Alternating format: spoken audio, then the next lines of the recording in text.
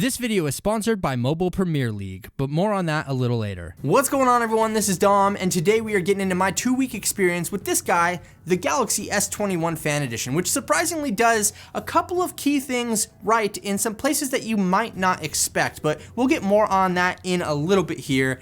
This guy is at a weird price point, and well, I'm here to talk to you about it. So be sure to subscribe to the channel if you're not already, hit the notification bell, and go ahead and follow me on Instagram and Twitter if you want more updates on tech things. But without any further delay, let's get started. Okay, so the best way to understand the Galaxy S21 Fan Edition is obviously talking about how it compares to the Galaxy S21, because that was Samsung's latest flagship phone, and I would consider the S21 Fan Edition kind of an incremental update that's at a lower price point than the previous flagship, but there are some things to watch out for, such as the fact that we have an S22 coming out very, very soon. So with all that in mind, it's really best to approach this on how can this fit in your life versus a brand new flagship versus other brand new flagships that are currently on the market. So when we take a look at the Fan Edition here and compare it to the S21, there are some key differences, right? So first off, we do have a slightly larger display on the Fan Edition, coming in at 6.4 inches, which isn't going to make that big of a difference, let's be real here. But we also have an extra 500 milliamp hours in the battery department. But you know what? I'm going to just say it right off the bat. In my experience, that extra 500 milliamp hours is not going to do very much for you. Now, that's not to say that the S21 had poor battery life, because it didn't, and this one certainly doesn't, but I'm just saying that little extra bump on the spec sheet that is kind of there to maybe sell you on this phone, I would take that with a grain of salt, because I don't think that 500 milliamp hours is going to make a substantial difference in anybody's life. We also have wireless charging and fast charging here, blah, blah, blah, whatever. But the battery life is really going to depend on the user. I mean, how do you use your phone? I know people that can kill a phone that has a 5,000 milliamp hour battery in it faster than people that can kill a phone that has a 3,000 milliamp hour battery in it. So that's going to be kind of based on your use. What really makes a difference with that battery life is going to be the software optimization and all of the other internal guts inside. Now, we do have the same basic internals as we saw on the S21. Inside, we have the Qualcomm Snapdragon 888 5G, and we also have either 6 gigabytes or 8 gigabytes of RAM in the Fan Edition, depending on if you get the 128 gigabyte model or the 256 gigabyte model. In terms of just using this phone, I can't say that it made any big impact in my life over an S21. Again, the software is fluid. I mean, I've only been using it for a couple of weeks, so I can't give you like, how does it age over like the next 6 months to a year?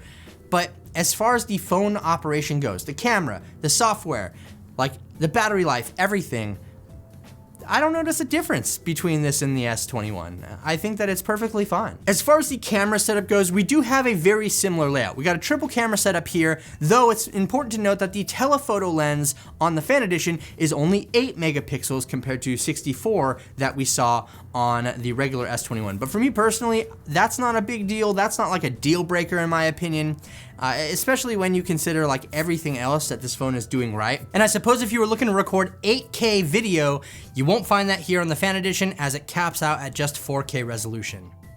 This video is sponsored by Mobile Premier League. MPL is an online gaming platform that allows you to play online games and win real cash. MPL offers casual games across multiple categories, including puzzles, card games, board games, and sports. The app packs a wide variety of games that will not only challenge you against other players, but you can earn real cash by competing in them, and you can refer your friends and family and win up to $20. These games are definitely skill-based, highly competitive, and offer head-to-head modes and multiplayer tournaments through various game styles, and you're matched against other users based on your skill level. You can deposit cash into your MPL wallet through MasterCard, Visa, PayPal, or Apple Pay, and then use the cash you've won for keeps to withdraw to PayPal or your bank account. So if you're 18 years or older and have some time to kill, download MPL and start winning real cash. Click the link in the description below to visit MPL online or download on iOS and Android to start playing today. And a big shout out to MPL for sponsoring this video. I want to talk about one thing that might be a little controversial here as far as the design goes.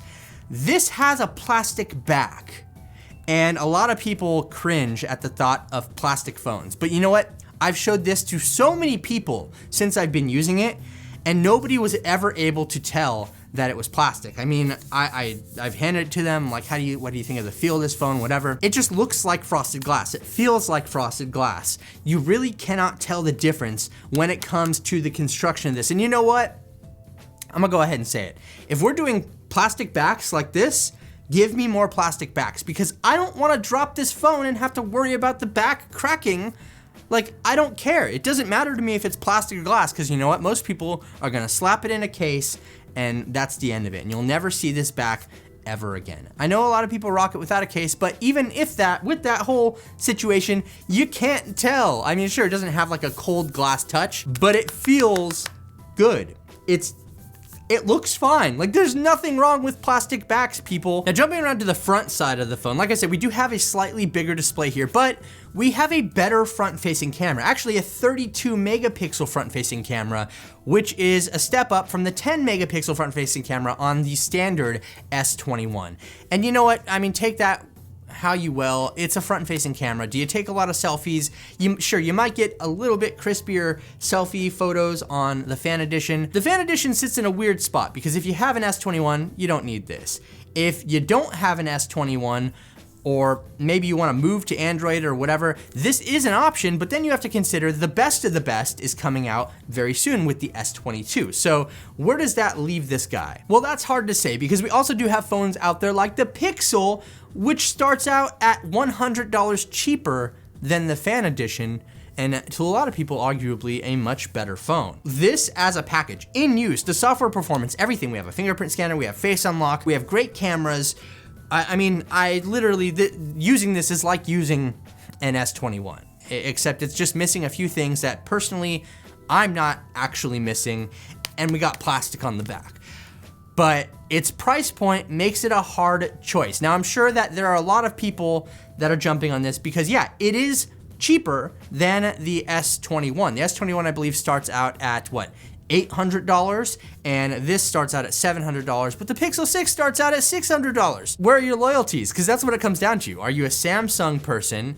Are you a Google person? Are you even an Android person, and you're trying to make that decision? And honestly, when it comes down to it, the color options and the plastic back here seem to be the biggest difference between the S21 and the Fan Edition. Because at the end of the day, in real world use, I mean, this really holds its own against its predecessor or the previous flagship from Samsung, but I'm telling you that the S22 is definitely going to be a little bit better than this. So which one do you want? Do you want the best of the best? Do you want everybody to be seeing your new S22 on the side of your face when you're walking down the street? Or do you want a functional phone that's cheaper than that, that's going to last you just as long?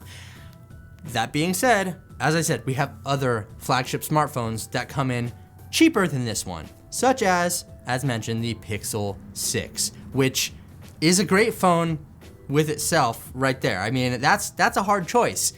And if I were to have to choose between the Pixel 6 and the S21 Fan Edition, I'd probably have to go Pixel 6 all day long because it's cheaper and arguably a better phone. But that's the thing. It's really a tough decision, and it's going to be based on what you specifically need in your life. And that's not a cop-out answer. That's legitimately speaking. I'd say that this definitely sits in the same category as a Pixel as far as like just giving you everything that you need for an affordable price.